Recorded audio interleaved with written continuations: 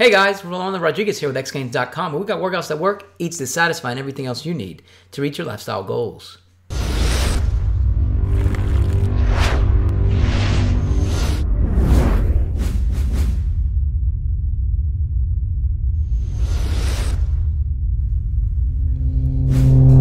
So today I want to make a quick little video concerning my 4-week results to my 2019 fitness journey kickoff, if you will. I switched out my workout routine. I started a new workout routine called Lift 4, which actually has you working out 4 days a week as opposed to 6 or 7, which is what I typically do on a regular basis. As you guys may already know though, I always do at least 2 routines. I'll do 2 30-minute routines. I always do P90X3, and then last year I was doing a Body Beast and I was doing 21-day fix, but this year I dropped Body Beast and 21-day fix and I worked in Lift 4 with P90X3. Now Lift 4 has you, like I just mentioned, working out 4 days a week, so it means you have 3 days off a week. Now what I do on those off days, stuff around the house, a project I'm doing with the kids, whatever the case may be, I might even just take it and do some extra yoga, do some Pilates, some extra PT work. As you guys may or may not already know, I got 2 bum shoulders, 2 bum elbows, and 2 bum knees that I have to constantly stay on top of. So taking advantage of the 3 extra days off that I have to actually work on some rehab work is great. Now, in terms of working out 1/3 less than I regularly do, did that affect my overall results? I don't know, we're about to see. In terms of weight loss, I only lost 15 pounds in 4 weeks. I went from 199, which you guys see here, to 184.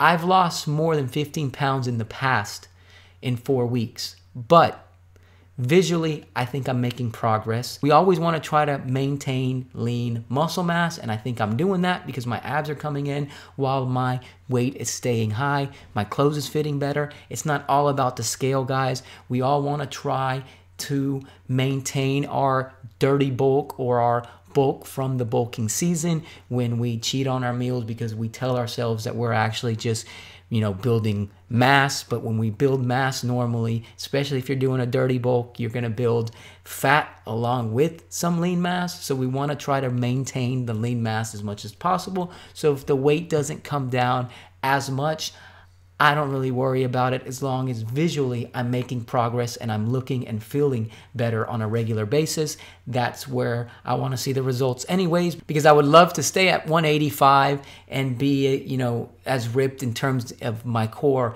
as I am at 165, 170. That's always the goal, but we'll see what'll happen. Now, in terms of diet, as I mentioned, what I did different this year was I started off my ketogenic diet with the ketogenic egg fast, which is typically not what I do. The last couple of years I've worked in the ketogenic egg fast, a couple of weeks in, maybe a month into a regular ketogenic diet, but I flipped the script this year and I think it paid some dividends. As you guys can see here, in the first 4 days, I lost about 12 pounds, I think it was. And the thing is, the ketogenic egg fast started the fat loss ball rolling. And what did I do? I just maintained the momentum I gained from the ketogenic egg fast and went straight into a ketogenic diet, a regular ketogenic diet, which if it's properly formulated, you're eating a bunch of vegetables, you're eating a bunch of different types of cuts of meat, and you're eating a bunch of healthy fats, you will not feel like you're missing out on food. And it gets your body primed to do what?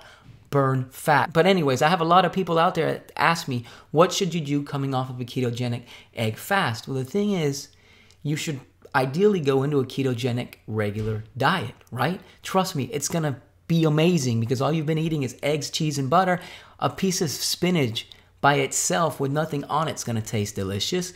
But if you can't go straight into a ketogenic diet from a ketogenic egg diet, then at least go low carb. Now, what is low carb?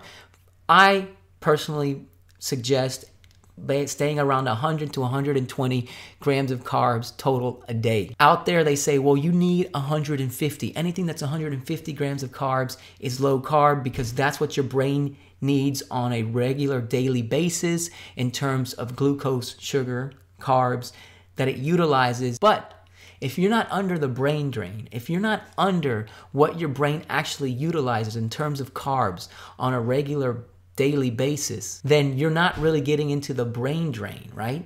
You need to stay under the brain drain. You need to stay under the requirements of your brain so that your brain has to make up for that extra energy that it needs that you typically give it through carbs from another source. And that source ends up being the fat that's on our body, right? That's what the ketogenic egg diet does, guys.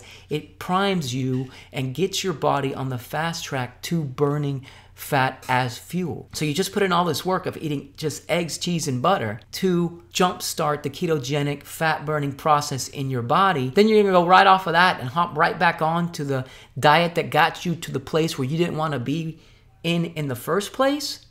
No, keep the momentum going, stay low carb, go with the flow. You just put in all that work. And that's exactly what I did this year coming off the ketogenic egg fast that I utilized to kickstart the ketogenic diet for 2019. Just went straight into a ketogenic diet. Now in terms of calories, I averaged about 1,800 calories a day. Again, guys, I calorie cycle. Some days I eat more, some days I eat less, but it averages out to about 1,800 calories a day.